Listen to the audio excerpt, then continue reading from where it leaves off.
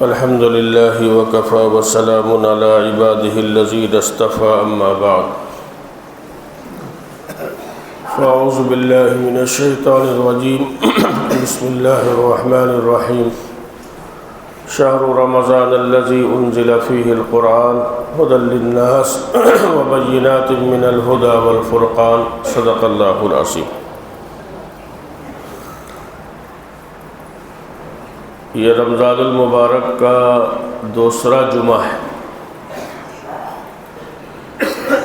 جو اللہ تبارک و تعالی نے ہمیں اور آپ کو عنایت فرمایا ہے۔ پچھلے ہفتے کچھ گفتگو ہوئی تھی زکوٰۃ کے متعلق، زکوٰۃ کے موٹے موٹے مسائل کے متعلق۔ اس وقت ذہن میں ایک مضمون آ رہا تھا کہ حضور پاک علیہ الصلاۃ والسلام کی وہ حدیث کے ضمن میں تھوڑی سی گفتگو ہو جائے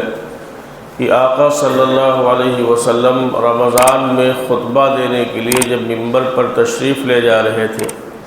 تو جب آپ نے پہلے سیڑھی پر قدم رکھا ممبر کے تو آپ نے فرمایا آمین، پھر جب دوسرے پر قدم رکھا تو آپ نے فرمایا آمین، پھر جب تیسرے پر قدم رکھا تو آپ نے فرمایا آمین۔ حضور علیہ الصلاۃ والسلام نے خطبہ دیا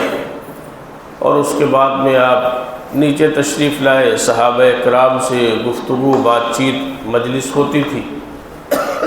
تو صحابہ کرام کی ایک خاص عادت یہ تھی کہ جب وہ کوئی عجیب بات دیکھتے تھے تو وہ اس کے متعلق سوال ضرور کرتے تھے، اس کو دریافت کرتے تھے، اس کو پوچھتے تھے۔ چنانچہ یہ عمل ان کے سامنے پہلی مرتبہ ایسا ہوا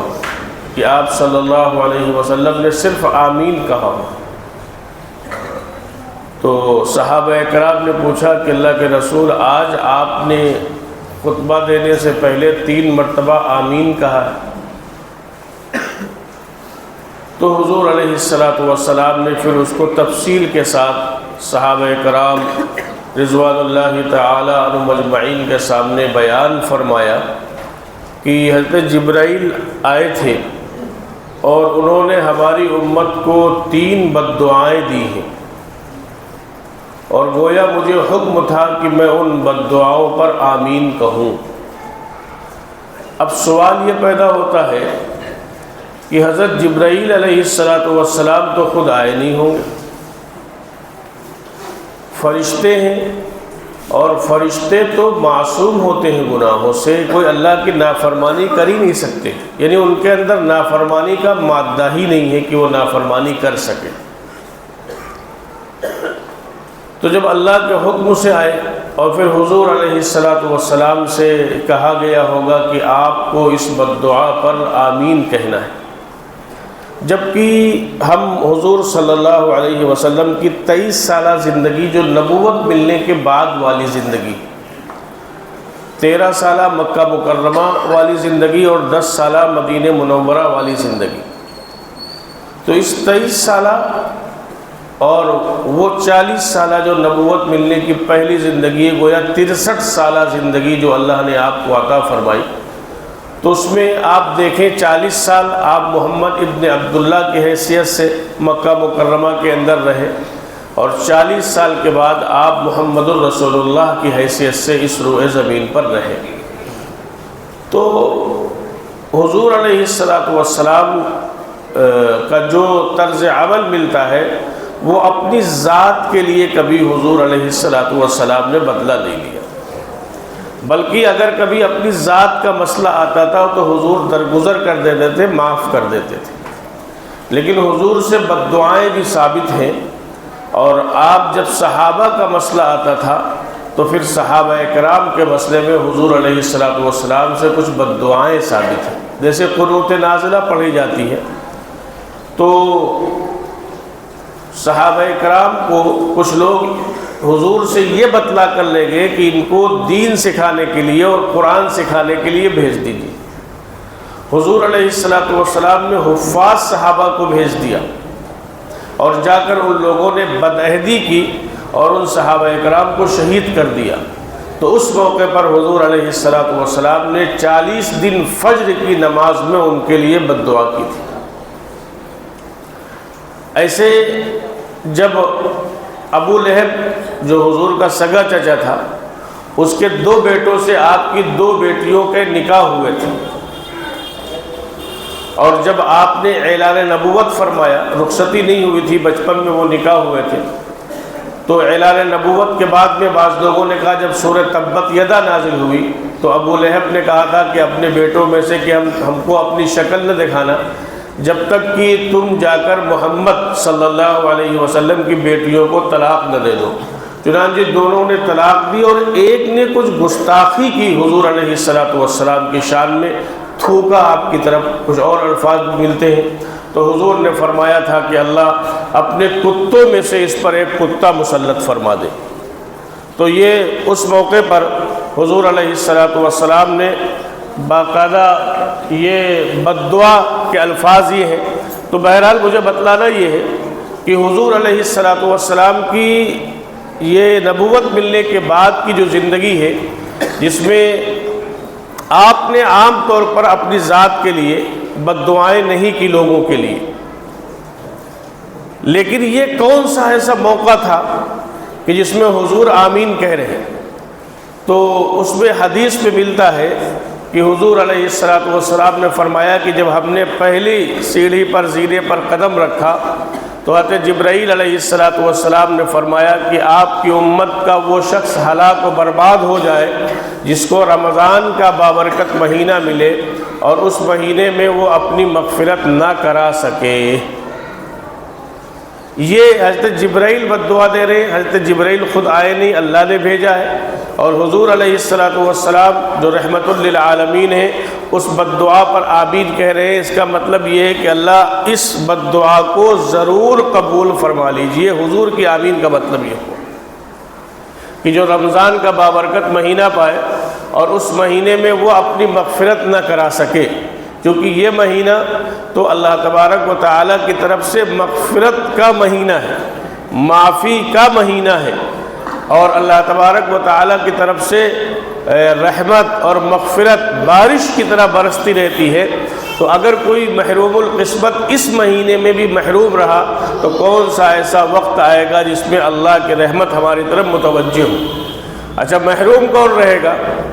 محروم وہ شخص رہے گا جو رمضان کا مہینہ پائے اور اس کے بعد میں روزہ نہ رکھے، صحت مند ہونے کے باوجود، ہٹا کٹا ہونے کے باوجود، تراویح کا اہتمام نہ کرے، نمازوں کا اہتمام نہ کرے، اپنے آپ کو گناہوں سے بچانے کی کوشش نہ کرے، بلکہ جس طریقے سے 11 مہینے گزار رہا تھا اسی طریقے سے اس مہینوں کے بھی اس نے گزار دیا، تو میرے دوستو بدبختی کے سوا اور کیا کہا جا سکتا ہے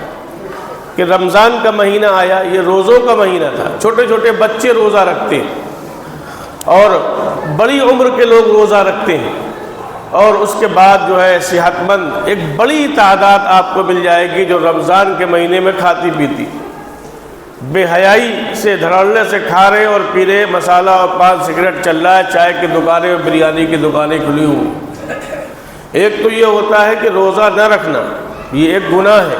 لیکن روزہ نہ رکھنے کے باوجود دن میں روزے کے دنوں میں روڈوں پر اور لوگوں کے سامنے کھانا، یہ شریعت سے بغاوت ہے۔ روزہ تو رکھنا ایک گناہ ہے، لیکن یہ معلوم ہے کہ رمضان کا مہینہ ہے اور اس مہینے کا ہمیں احترام بھی کرنا ہے، لیکن اس کے باوجود دھڑلے سے کھانا اور پینا، تو یہ صرف روزے نہ رکھنے کا مسئلہ نہیں ہے بلکہ شریعت اسلامی سے بغاوت ہے۔ اور ملک سے بغاوت کا قانون کیا ہوتا ہے؟ ملک سے بغاوت کا قانون پہ اس کو پھانسی ہوتی ہے، تو شریعت سے بغاوت کا مطلب یہ ہے کہ اگر اسلامی نظام ہو تو اس کی گردن کاٹ دینی چاہیے۔ جو صحت مند ہونے کے باوجود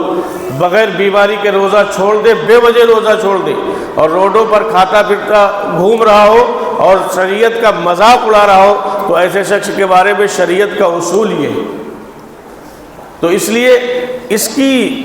اس رمضان کی باقاعدہ ہمیں بہت قدر کرنی چاہیے تاکہ اللہ کی طرف سے ہم مغفرت کے مستحق ہو سکیں۔ بہت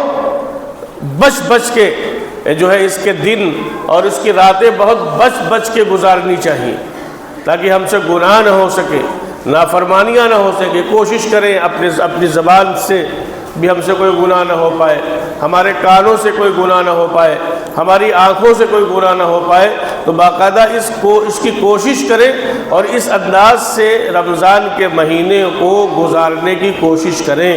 تاکہ ہم سے غفلت نہ ہونے پائے، اور اللہ کی رحمت جو برس رہی ہے، اللہ کی طرف سے جو مغفرت کا اعلان ہو رہا ہے، تو اس مغفرت کے ہم مستحق بنیں۔ حضرت جبرائیل علیہ السلام نے بد دعا دی تھی کہ وہ شخص ہلاک ہو جائے، وہ شخص برباد ہو جائے جو رمضان کا بابرکت مہینہ پائے اور اپنی مغفرت نہ کرا سکے۔ روزانہ بے شمار بندوں کی افطار کے وقت اللہ تبارک و تعالی مغفرت فرماتے ہیں، اس لیے دعاؤں کا بھی افطار کے وقت اہتمام کرنا چاہیے، اور یہ بھی دعا کرنا چاہیے کہ اللہ ہمیں بھی ان خوش نصیبوں میں شامل فرما جن کی مغفرت کا آپ اعلان فرماتے ہیں۔ اور سب سے بڑی چیز جانتے کیا ہے؟ اگر اللہ کی طرف سے مغفرت مل گئی، اگر اللہ کی طرف سے معافی مل گئی، تو اس سے بڑی کوئی نعمت نہیں ہو سکتی۔ سب سے بڑی نعمت جو ہے وہ مغفرت ہے۔ یہ روزہ، نماز، زکوٰۃ، صدقہ، خیرات، یہ دیگر چیزیں کیوں؟ اس لیے کہ اللہ راضی ہو جائے، اور مغفرت کا مطلب یہ ہے کہ اللہ کی رضا مل گئی، تو اس سے بڑی کوئی نعمت نہیں ہو سکتی ہے کہ دنیا اور آخرت کی کامیابی جو ہے وہ انسان کو نصیب ہو گئی۔ تو اس لیے بہرحال روزے کی قدر کرنی چاہیے، اور اس مہینے میں اللہ تبارک و تعالیٰ نے قرآن کو اتارا ہے، تو قرآن اور رمضان کا ایک خاص جوڑ ہے۔ حضرت جبرائیل علیہ السلام کو حضور صلی اللہ علیہ وسلم رمضان کے مہینے میں قرآن سنایا کرتے تھے، اور جس سال آپ کی وفات ہوئی ہے تو اس سال آپ نے دور رمضان میں کیے تھے جناب رسول اللہ صلی اللہ علیہ وسلم نے۔ تو اس لیے جو ہے قرآن کا بھی اہتمام کرنا چاہیے۔ آج جو ہے وہ 10 روزے ہو گئے، ہم جائزہ لیں، ہم بھی اپنا جائزہ لیں، آپ بھی اپنا جائزہ لیں کہ کتنے پارے ہم نے تلاوت کیے، کتنے جو ہے قرآن ہمارے ہو گئے،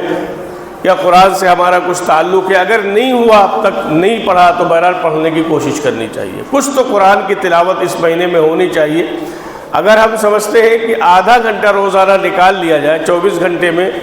تو ایک قرآن تو مکمل ہو سکتا ہے پورے مہینے میں، اگر صرف آدھا گھنٹہ نکال لیا جائے۔ اور پڑھنے والے تو بہت پڑھتے ہیں، اللہ جن کو توفیق دے وہ بہت پڑھتے ہیں۔ اور تو حضور علیہ السلام کی وہ جو ہے آمین کہ وہ شخص ہلاک ہو جائے جو رمضان کا بابرکت مہینہ پائے اور اپنی مغفرت نہ کرا سکے۔ تو مغفرت نہ کرانے کا مطلب یہ ہے کہ وہ روزہ نہ رکھتا ہو، تراویح نہ پڑھتا ہو، اور پھر روزہ رکھنے کے بعد میں ہمیں اپنے روزوں کی حفاظت بھی کرنی ہے۔ حضور علیہ السلام کی بخاری کی روایت ہے، آپ نے فرمایا کہ جو شخص روزے کی حالت میں باطل کام اور باطل کلام نہ چھوڑے، ہمیں اس کے بھوکے اور پیاسے رہنے کی کوئی ضرورت نہیں۔ یہ جناب رسول اللہ صلی اللہ علیہ وسلم کا فرمان ہے کہ باطل کام یعنی غلط کام چھوڑ دے،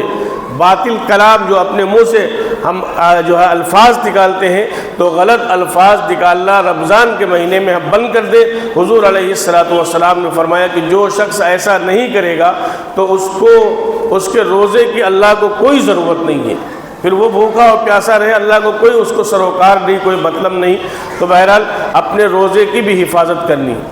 دوسری بات، آپ نے جو آمین کہی تھی، تو آپ نے فرمایا تھا، آپ کے سامنے تذکرہ آیا تھا کہ جس شخص کے سامنے آپ کا نام مبارک لیا جائے اور وہ آپ پر درود نہ بھیجے تو وہ شخص ہلاک ہو جائے۔ اس لیے کہا جاتا ہے کہ جب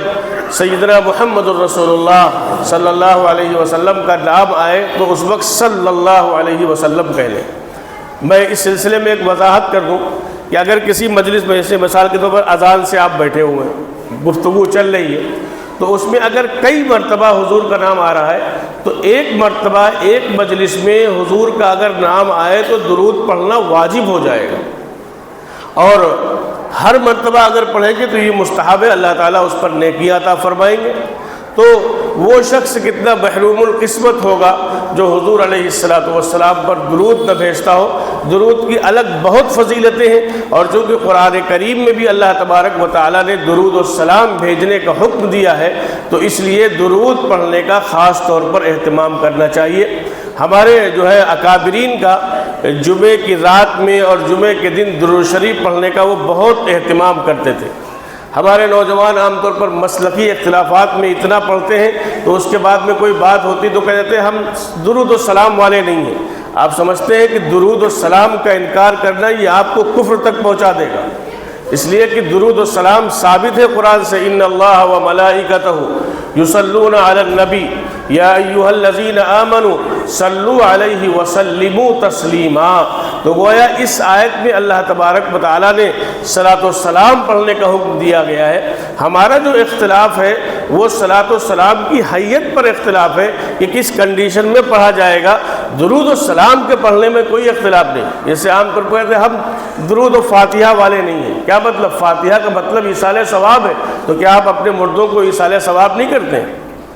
تو اس لیے کچھ باتیں زبان سے ایسی نکل جاتی ہیں جو انسان ناسمجھی میں نکالتا ہے اور سمجھ نہیں پاتا کہ اس کے اثرات کہاں تک پہنچیں گے۔ تو بہرحال اس موقع پر بھی یہ آیا تھا کہ جو شخص آپ پر درود نہ بھیجے وہ شخص بھی ہلاک ہو جائے۔ تو ہمیں جب کسی مجلس میں بھی حضور کا نام آئے تو ہم صلی اللہ علیہ وسلم کہہ لیں گے، اور کچھ خود بھی درود کا اہتمام کریں۔ جیسے بعض بزرگ بتاتے ہیں کہ صبح شام جو ہے وہ 100 مرتبہ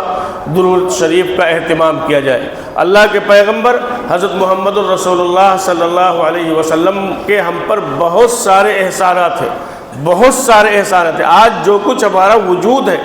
اور جو کچھ دنیا میں ہمارے پاس ہے یہ اصل میں صدقے میں ہے جناب رسول اللہ صلی اللہ علیہ وسلم کے۔ تو اس لیے درود پاک کا بھی اہتمام کرنا چاہیے۔ تیسری بات اس میں یہ تھی کہ ہلاک و برباد ہو وہ شخص جو اپنے والدین میں سے دونوں کو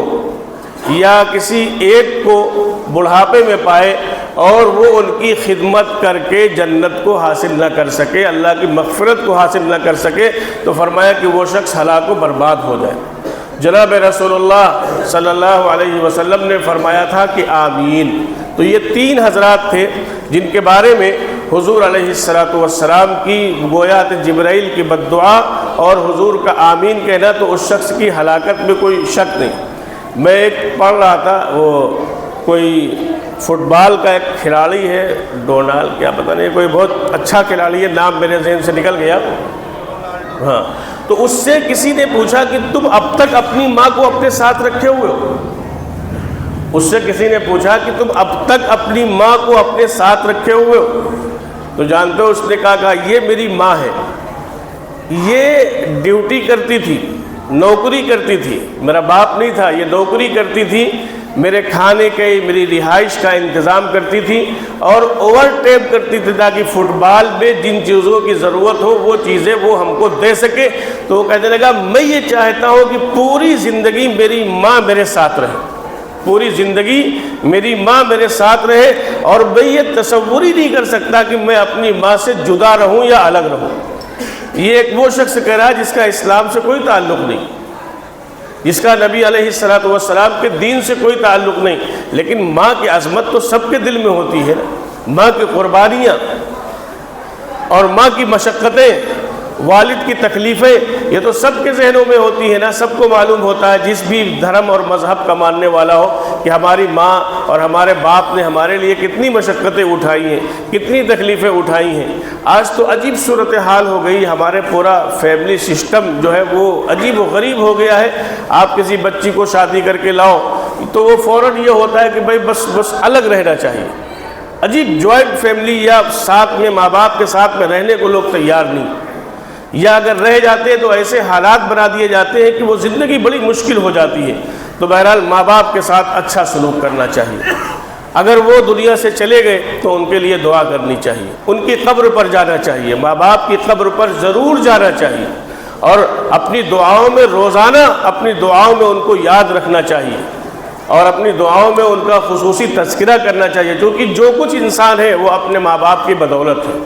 انہوں نے پرورش کی، انہوں نے تربیت کی، انہوں نے پڑھایا لکھایا، انہوں نے جوان کیا، کیسی مشقتیں اٹھائیں، کیسی تکلیفیں برداشت کی، خود بھوکی رہیں، خود پیاسی رہیں، خود جاگتی رہیں اور ہمیں وہ سلاتی رہیں۔ لیکن ہم جب بڑے ہو جاتے ہیں تو پھر ہمیں ان چیزوں کا احساس نہیں ہوتا ہے، لیکن یہ احساس ہر شخص کے دل میں ہونا چاہیے، کیونکہ جبرائیل کی بد دعا ہے اور جناب رسول اللہ صلی اللہ علیہ وسلم کی آمین ہے اس بد دعا پر۔ تو اس لیے حضور علیہ السلام نے ایک جگہ فرمایا الجنت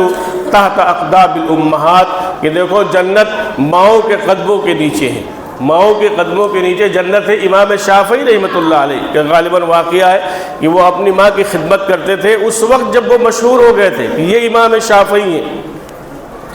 4 جو مسالک ہیں تو ان میں ایک بڑا مسلک امام شافعی رحمۃ اللہ علیہ کے بھی ہے، تو وہ مشہور ہونے کے بعد میں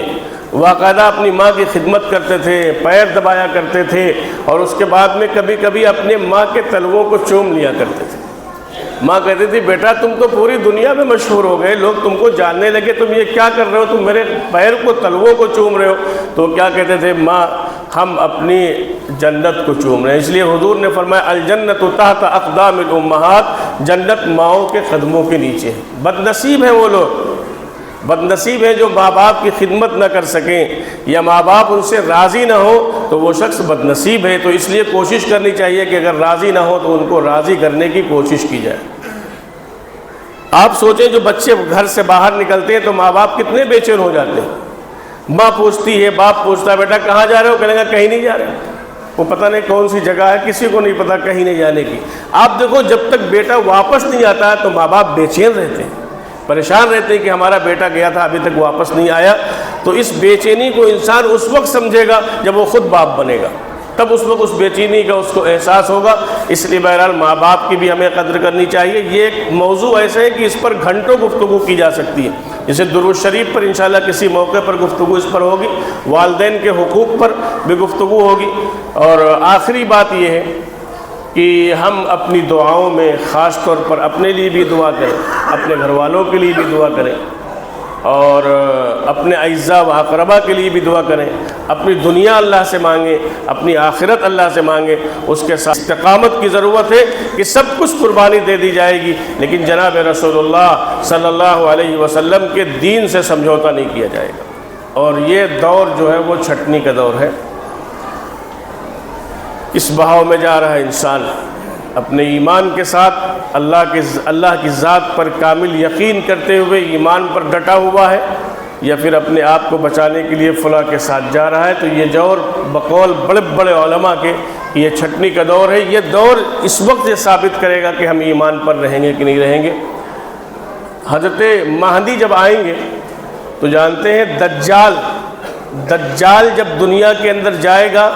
تو ایک ہاتھ میں جنت لیے ہوگا، ایک ہاتھ میں جہنم لیے ہوگا۔ وہ الگ بات ہے، جو جنت ہوگی وہ جہنم ہوگی، جو جہنم ہوگی وہ جنت ہوگی۔ تو بڑی تعداد دجال کے ساتھ چلی جائے گی، بڑی تعداد دجال سکڑ کر لوگ رہ جائیں گے، اور دمشق کی جامع مسجد میں حضرت مہدی علیہ السلام مسلمانوں کو لے کر وہاں موجود ہوں گے، اور دروازہ بند ہوگا، اوپر آسمان سے جو ہے حضرت عیسیٰ نازل اتارے جائیں گے، مینار پر آئیں گے، پھر سیڑھی سے اتارا جائے گا، پھر فجر کی اذان تکبیر ہو رہی ہوگی، پھر حضرت مہدی مصلی پر کھڑے ہوں گے، نماز کے لیے پیچھے ہٹنا چاہیں گے کہ آپ پڑھائیے، حضرت عیسیٰ کہیں گے آپ پڑھائیے، ان کی اقتداء میں حضرت عیسیٰ علیہ السلام جو ہے وہ نماز مکمل کریں گے۔ اور اس کے بعد میں جب باہر دروازہ کھولا گا دجال ہوگا، حضرت عیسیٰ علیہ السلام کی سانس جو نکل رہی ہوگی تو وہ دجال پر جب پڑے گی تو اس سے وہ پگھلتا رہے گا، اور اس کے بعد میں اس کو پیچھا کریں گے، اور مقام لطف پر جا کر حضرت جو ہے عیسیٰ علیہ السلام اس کو جا کر قتل کریں گے دجال کو، اور اس کے بعد میں پھر پوری عیسائی دنیا سیدنا محمد الرسول اللہ صلی اللہ علیہ وسلم پر ایمان لے آئے گی۔ تو جب دجال، جس کو حضور نے فرمایا کہ ہماری امت کا سب سے بڑا فتنہ، جس کو حضور نے فرمایا کہ سب سے بڑا فتنہ، تو اگر وہ ظاہر ہو گیا تو کیسے اپنے ایمان کو بچائیں گے؟ ذرا سے خوف اور ذرا سے حالات اور ذرا سے ڈائلاگ و بیان سے ہم ڈر جاتے ہیں، تو ان حالات سے کیسے مقابلہ کریں گے؟ یہ رمضان کا مہینہ، اور اس رمضان کے ساتھ ان حضرات کی قربانیاں، تو اپنے اندر ایمانی جرأت پیدا ہوتی ہے اور حوصلہ پیدا ہوتا ہے کہ یقیناً ہمیں بھی اگر حالات آئیں گے تو دین پر، شریعت پر باقی رہنا ہے، اور سیدنا محمد الرسول اللہ صلی اللہ علیہ وسلم کی غلامی اختیار کرتے ہوئے دنیا کے اندر رہنا ہے، اور اسی غلامی کے ساتھ انشاءاللہ ہم دنیا سے جانا چاہتے ہیں۔ میں نے پچھلے ہفتے بھی کہا تھا، یہ جو مستقل پیشہ ور لوگ مانگنے والے ہیں، اپنی زکوٰۃ کی رقم دے کے اپنی رقم کو ضائع نہ کریں۔ ان کا مزاج ہے مانگنے کا، بلکہ ان کی حوصلہ شکنی ہونی چاہیے۔ آپ دیکھو جانتے ہیں کیا ہو رہا ہے اس کے نتیجے میں، یہ ایک مانگنے کا پورا گروہ چلتا ہے اور پوری کمیونٹی کو بدنام کیا جا رہا ہے۔ اب اس میں مسلم خواتین بھی ہوتی ہیں اور غیر مسلم بھی خواتین ناکام میں آ جاتی ہیں۔ کیا تاثر دیا جا رہا ہے کہ یہ مسلمان سب مانگنے والے ہوتے ہیں، یہ مسلمان سب جو ہے ایسے ہی ہوتے ہیں، یہ ایک تاثر دینے کی بھی کوشش کی جا رہی ہے۔ تو اس لیے یہ مستقل مانگنے والوں کی حوصلہ شکنی ہونی چاہیے اور ان کی دے کر حوصلہ افزائی نہ کرنی چاہیے۔ تو اس لیے اس سلسلے میں بہت احتیاط کی ضرورت ہے کہ معلوم یہ ہوا کہ رمضان وقت گزرتا جا رہا ہے، قریب عید آ رہی، تو سوچو چلو جو پیسے ان کو دو، کام ختم کرو۔ ایسا نہ کریں، آپ ضرورت مند تلاش کریں اور ضرورت مند کو دے، اور ان مانگنے والوں کی حوصلہ شکنی ہونی چاہیے، دے کر ان کی حوصلہ افزائی نہ ہونی چاہیے۔ بلکہ اگر کوئی مانگنے والا ہے تو اس کا گھر پوچھا جائے، مسجد میں جو کھڑے رہتے ہیں باہر گھر پوچھا جائے، جمعے کے علاوہ ایڈریس لیا جائے کہ ٹھیک ہے آپ کی ضرورت ہے، ہم انکوائری کریں گے، ہم آپ کے گھر ہر مہینے راشن پہنچائیں گے، لیکن آپ یہاں آ کر نہیں مانگیں۔ تو یہ ایک نظام اسلامی، ایک نظام اللہ تبارک و تعالیٰ نے ہمیں دیا ہے، تو اسی نظام کے تحت بہرحال ہونا چاہیے۔ تو طے کریں کہ انشاءاللہ رمضان کے روزے رکھیں گے، قرآن پڑھیں گے، والدین کی نافرمانی نہیں کریں گے، حضور پر درود پڑھیں گے۔